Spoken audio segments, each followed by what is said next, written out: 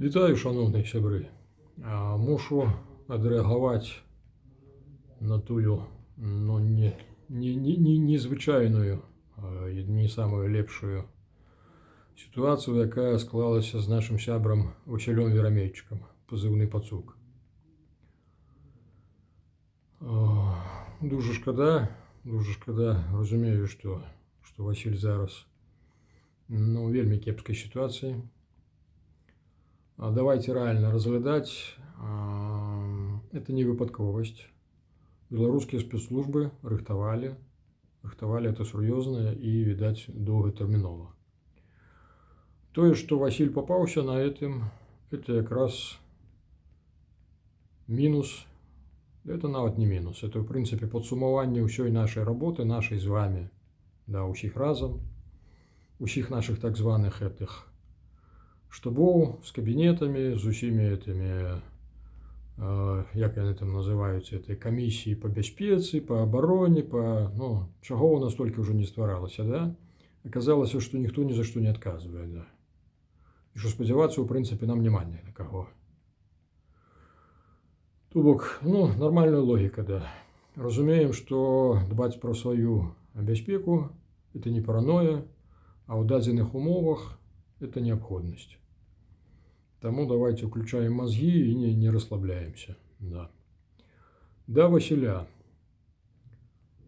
Як на мяне, то годны, паважаны хлопец. Наш сябар Мирослав Лазовскі вельмі добра пра яго адгукаўся. Для мяне это рэкамендацыя важная. Вельмі шкада, што так склалася. Вельмі шкада, што так склалася з усім палком Каліноўскага, з былым кіраўніцтвам. Да, это не былое кіраўніцтва, это, в прынцыпе, Ваніч з Дземідзенкам. Я нагадаю, Дземідзенка адкрыта сябе паўсюль называў, што ён салдат капіталізму. То бок задача у гэтых хлопцаў не Беларусь вызваліць, а стаць мільянерамі просто на вайне. Все. І вот якраз вот эти два, не буду называть, каб не матюкацца, два персонажа добіліся таго, што Пацук, яшчэ некалькі сябраў Белага легіёна былі, а Украінай пададзеныя для неўязныя. Прычым, вот по нашай інфармацыі, наколькі мы спрабавалі разабрацца, это нават не цераз СБУ праведзенае, а па асабістых карупцыйных сувязях Міколы Дземідзенкі. З чым яго і віншую, да. Далее, глядзіце, Пацук Васіль шчыра поехал в Украину воевать. Для нас это ён бы мог стать золотым фондом. Я про всю нашу нацию. То бок не просто штурмовик, а менавіта офицер, які разумее, что война это не просто, что война мае тактику, стратегию. И вельмі шкада, вот я б, напрыклад, яго бачыў, каб ён поехал от Беларуси навучацца в Вест-Пойнт для того, каб мы мелі ў перспектыве годных офіцераў з баявым досведам.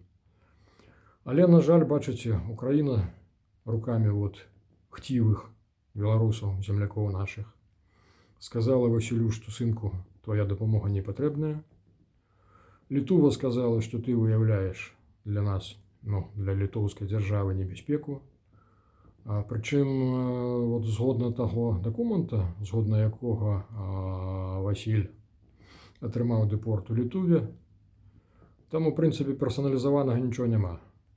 Прэтэнзія толькі адна, што ён былы афіцер беларускага міністэрства абароны, і трошку пра геапалітыку, што ўся Беларусь это саюзнік Расіі, і фактычна яна зараз з'яўляецца суагрэсарам. Все, што утрымлівае гэты дакумент. Але ж тым не менш, это літоўскі дакумент даў магчымасць для таго, каб увесь еўразвяз насцярожана ставіўся да Васіля. Вот уявіце сабе маральна-псіхалагічны стан чалавека, які абсалютна шчыра гатовы быў далей за Украіну ваяваць. І спакойна быў, вярнуўшыся ў Вільню да сваёй жонкі са сваёй дачкой, гатовы быў пэўны час там правесці. Ён атрымлівае і там, што называецца адварот-паварот. Да, ён змушаны быў жыць па розных канцах свету. Багата дзе ён па Азіі, дзе быў, это і Шры-Ланка, это і Малайзія, это і Грузія ў тым ліку. Спрабавалі мы ўсе разам дапамагчы, каб усё ж такі Васіль мог вярнуцца ў Еўропу. І былі нават пэўныя дамоўленасці, што яго Польшча прыме.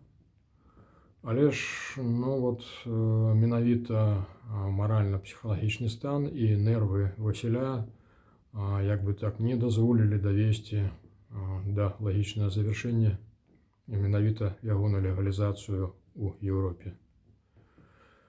То бок нервы здалі, ён разгарнуўся, ў Варшаве разгарнуўся, купіў білет на Стамбул і паляцеў на Стамбул. З Турцыі яго выцягнула, от глядзіце. Тут мы пераходзім да самага важнага. Я чаму наракаю на ўсе гэтыя нашы кабінетныя камісіі па бяспеках, абаронах і ўсё гэта іншае, якое гучна называецца. Паўтараюся, Васіль для нас это залаты фонд, это офіцер. Да. Такіх людзей можна было, тым больш ён уваходзіць у каардынацыйную раду, пра такіх людзей можна было дбаць бы пасобна, Не, нічого з гэтага не было, да?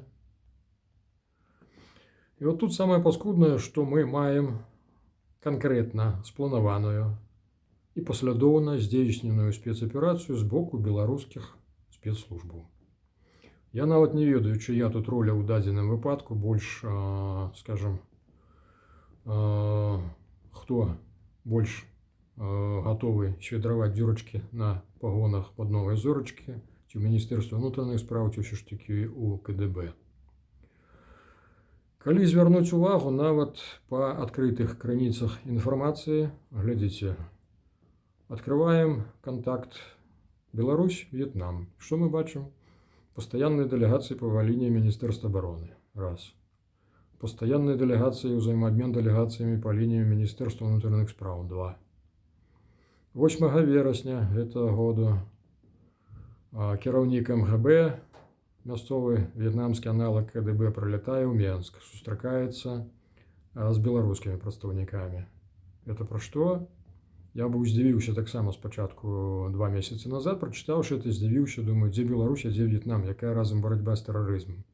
А вот вам і ёсць эта барацьба з тэрарызмам, яны заранее ўсё это мерапрыемства распрацавалі. Тут, конечно, глядзіце, это навука для нас, для ўсіх. Войны, часам нас бяруць, што называецца, за кароткі мяч. Васіля пазнаёмілі з в'етнамкай, перакладчыца. Спецслужбы любяць скарыстоўваць перакладчыцы. І от шаноўная пані перакладчыца патлумачыла у Турцыі Васілю, што не, трэба вяртацца ў родны В'етнам, там і работа гарантаваная, і ўсё. То бок, я схільны разглядаць, што это ўсё звенне аднаго і таго ж ланцуга. Таму што, глядзіце, не бывае так, драка ў нейкім бары, і пасля гэта в обшук дома. Я ні разу такого не чуў, я запытаўся супрацоўнікаў міліцыі, як так можа быць. Так і не бывае, да. Это гаворыць проста тое, што Васіля ўжо мэта накіравана, паслядоўна вялі. Разумееце? Мораль той басні. Да Васіля, канешне, трымайся, усё залежыць зараз ад твайго духу, да. З цябе будуць рабіць ці Пратасевіча нумар 2, усё будзе залежыць ад таго, як ты сябе павядзеш далей. Калі яны адчуюць слабіну, то будуць рабіць Пратасевіча. Калі адчуюць сілу духа, то будуць спрабаваць паказова пакараць.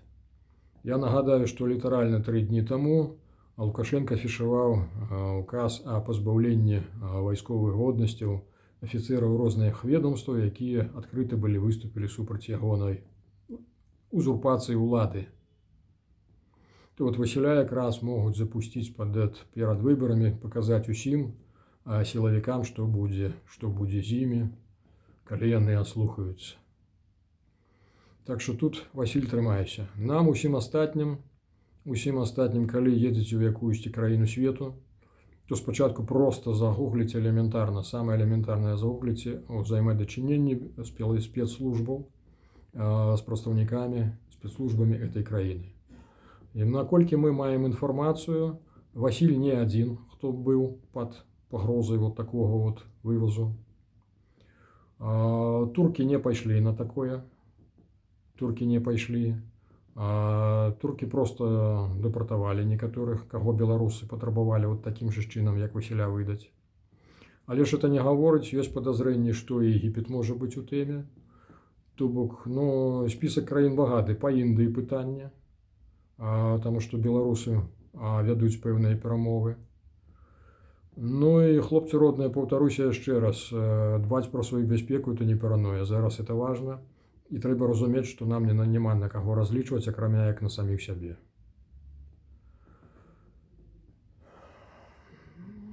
Пра пазітыў з усяго гэта уважліва паглядзелі кіношку, якую знялі на ОНТ.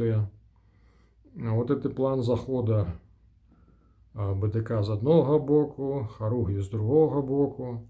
У прынцыпе, ну, сябрам паспалітага рушэння спадабалася, да. Ну, калі што, дзякую вам за план, да, чакайце. Гонар і годнасць.